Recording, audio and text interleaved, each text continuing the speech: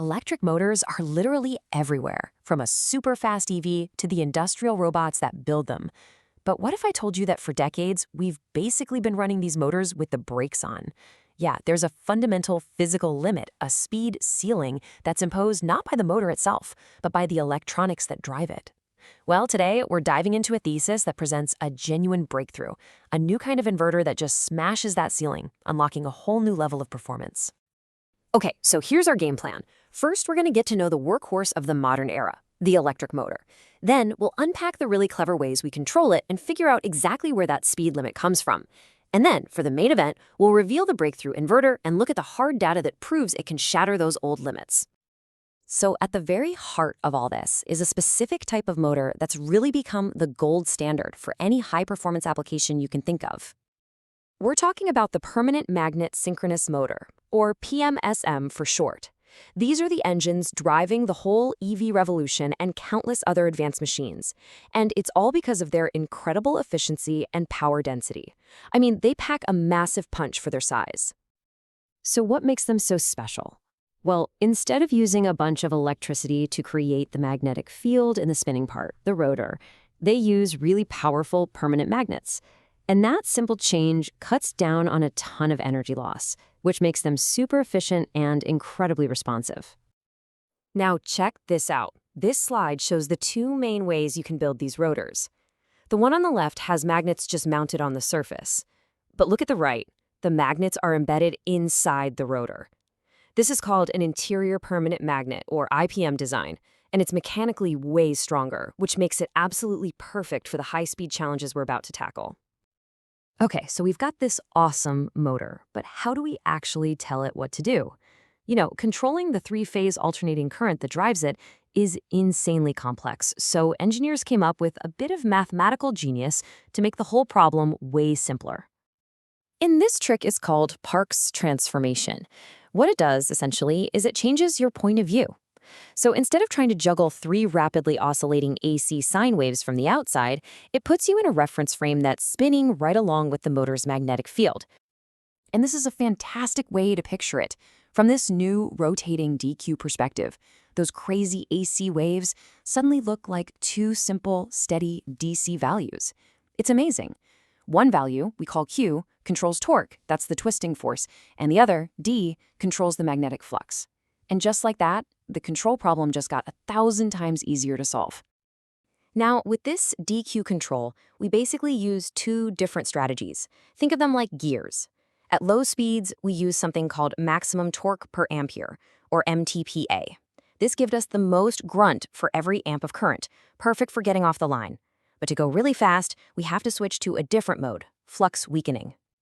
This sounds completely backward, right? To go faster, you intentionally have to weaken the motor's magnetic field.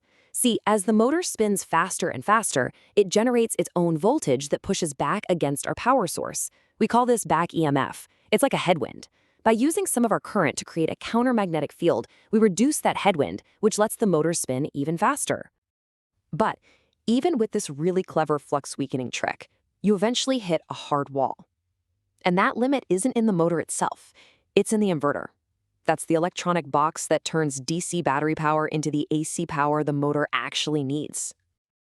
This graph right here is absolutely key to understanding the problem. Think of it as the motor's operating map. The big circle represents the maximum current the system can handle. You go outside that, things start to melt. But that ellipse, that's different. It represents the maximum voltage the inverter can supply. And to run the motor, our operating point has to stay inside both of those shapes at all times. And here's the kicker. As the motor spins faster, that back EMF, that voltage pushing back at us, gets stronger. And to overcome it, the inverter needs more voltage, but it has a fixed supply from the battery. So what happens? As speed increases, that voltage-limiting ellipse shrinks, and it shrinks fast. Our operating window gets smaller and smaller until, poof, there's no overlap. We're completely out of room. You've just hit the inverter's speed limit. So the big question is, how do you break through that voltage wall? Well, the answer this thesis presents is to just stop accepting the voltage limit as a given. And that's where this amazing piece of hardware comes in, the Z-source inverter. At first glance, it kind of looks like a standard inverter, but look closer at that unique X-shaped network of inductors and capacitors right at the front. That Z network, as it's called, is the secret sauce. It's what gives this inverter a superpower that traditional inverters have never, ever had: the ability to boost its own voltage. The best way to think about it is like a turbocharger for your motor drive. The Z-source inverter, or ZSI, combines a traditional inverter and a DC to DC boost converter into one elegant, efficient package. It gives you an on-demand voltage boost precisely when you need it most, when you're at high speeds.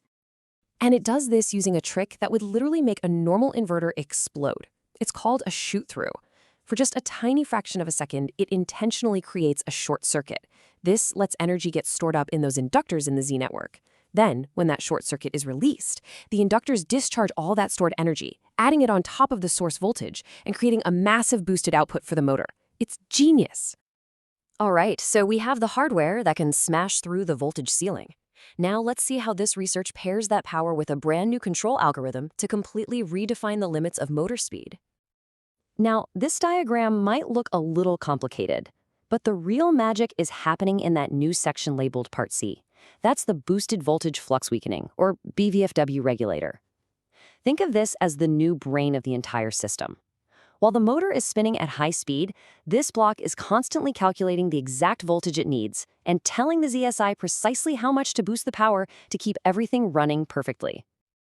And what's the result of all this? Well, instead of the motor's power just dropping off a cliff once it hits its base speed, this integrated system lets it maintain constant power. And that means more performance, more speed, and a much, much wider operating range. And here is the proof, right from the simulation data. Check out the D and Q currents. Everything's running along smoothly until about the 0.7 second mark. That's the moment the motor hits its old base speed. You see the BVFW controller kick in, driving that D current negative to weaken the flux. This is the system in real time actively fighting back against that back EMF to push past the normal speed barrier. And the numbers? Well, they speak for themselves. The simulation shows the motor's natural speed limit is just under 1,100 electrical radians per second. But with the Z-source inverter and the new control strategy, it achieves over 1,350. That is a performance increase of more than 23%. It's just pushing far, far beyond what was ever possible with that old voltage limit. So let's just recap the whole journey here. We start with a really robust interior PM motor. We figure out that the traditional inverter creates this voltage ceiling that chokes its top speed.